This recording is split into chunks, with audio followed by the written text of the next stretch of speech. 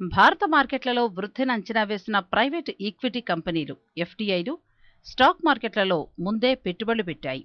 అలా తమకి వనగూరిన లాభాన్ని ఎప్పటికప్పుడు వెనక్కి తీసుకుంటూ సంపద పెంచుకున్నాయి ఈ ప్రైవేట్ ఈక్విటీ సంస్థలు. గత 3 నెలల్లో ఇలా ఈ సంస్థలు తమ ఇన్వెస్ట్మెంట్స్లో పాక్షికంగా కానీ మొత్తంగా కానీ వెనక్కి తీసుకుంటున్నాయి. బాగా లాభాలొచ్చిన స్టాక్స్లో ప్రాఫిట్ బుకింగ్ చేయడంతో పాటు కొత్త ఈక్విటీల్లో రీఇన్వెస్ట్ కూడా చేస్తున్నాయి. ఈ ఏడాది 6 నెలలు ముగిసేసరికి ఐపీఓలు దాదాపు ముగిశాయి. వీటిలో కూడా ప్రైవేట్ ఈక్విటీ సంస్థలు బాగానే పెట్టుబడి పెట్టాయి.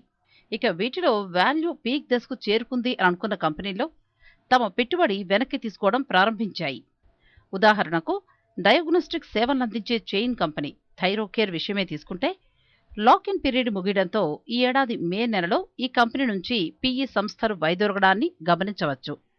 సమరా capital, CX partners, Norwest ventures partners, emerging India fund వంటి సంస్థల లాక్ ఇన్ పీరియడ్ ఈ ఏడాది మేతో ముగిసింది. ఇక ఎస్హెచ్ ఖేల్కర్ అండ్ కో కంపెనీలో తన స్టాక్స్లో 7.5% పైగా వాటా అమ్మేసింది బ్లాక్ స్టోన్. ఈ వాటా విలువ 334 కోట్లు. అలానే ఈ మధ్యకాలంలో బాగా పెరిగిన అపోలో హాస్పిటల్స్లో మారిషస్కు చెందిన ఇంటిగ్రేటెడ్ హెల్త్ కేర్ హోల్డింగ్స్ కూడా తన వాటా విక్రయించింది.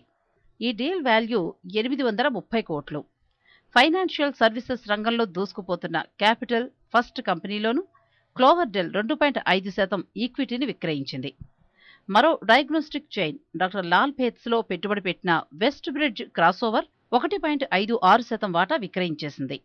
ఈ మధ్యనే నష్టాల పాలైన అదానీ ఎంటర్ప్రైజెస్లో క్రెస్టా ఫండ్ 74 లక్షల షేర్లు విక్రయించింది. బాగా రేట్లు పెరిగి హై వాల్యుయేషన్స్లో కనిపిస్తున్న ఇంకొన్ని స్టాక్స్లోనూ కొన్ని ప్రైవేట్ ఈక్విటీ సంస్థలు ఇదే వ్యూహాన్ని అమలు చేయబోతున్నాయి. 2017 ప్రారంభం నుంచి సెన్సెక్స్ 18% లాభపడగా 52,000 కోట్ల పెట్టుబడి ఎఫ్ఐఐలవి కాగా టీఐఐలవి 32,000 కోట్లు. ఈ సమయంలో 42 ప్రైవేట్ ఈక్విటీ సంస్థలు 28,900 కోట్ల పెట్టుబడులు పెట్టాయి. ఇవన్నీ కూడా ఐపీఓల ద్వారానే కావటం గమనార్హం. ఇప్పుడైతే మార్కెట్లలో ర్యాలీ ఉంది. దానికి తోడు కంపెనీల వాల్యుయేషన్ కూడా భారీగా పెరగడంతో ఈ సంస్థలపై రిటర్న్ ఆన్ క్యాపిటల్ ప్రెజర్ కూడా ఎక్కువ అవుతుంటుంది. అందుకే లాభాలు పంచిన స్టాక్స్ నుంచి ఎగ్జిట్ అవుతున్నారు అనేది మరో వాదన. లాభాలు వచ్చినప్పుడు దాన్ని స్వీకరించకుండా ఉంటే, నష్టాల పాలైనప్పుడు ఎగ్జిట్ ఆప్షన్ కనబడక కాలయాపన చేయాల్సి రావడం మరో కారణం. బిజినెస్ వీకెండ్లో ఇప్పుడు షార్ట్ బ్రేక్ తీసుకుందాం.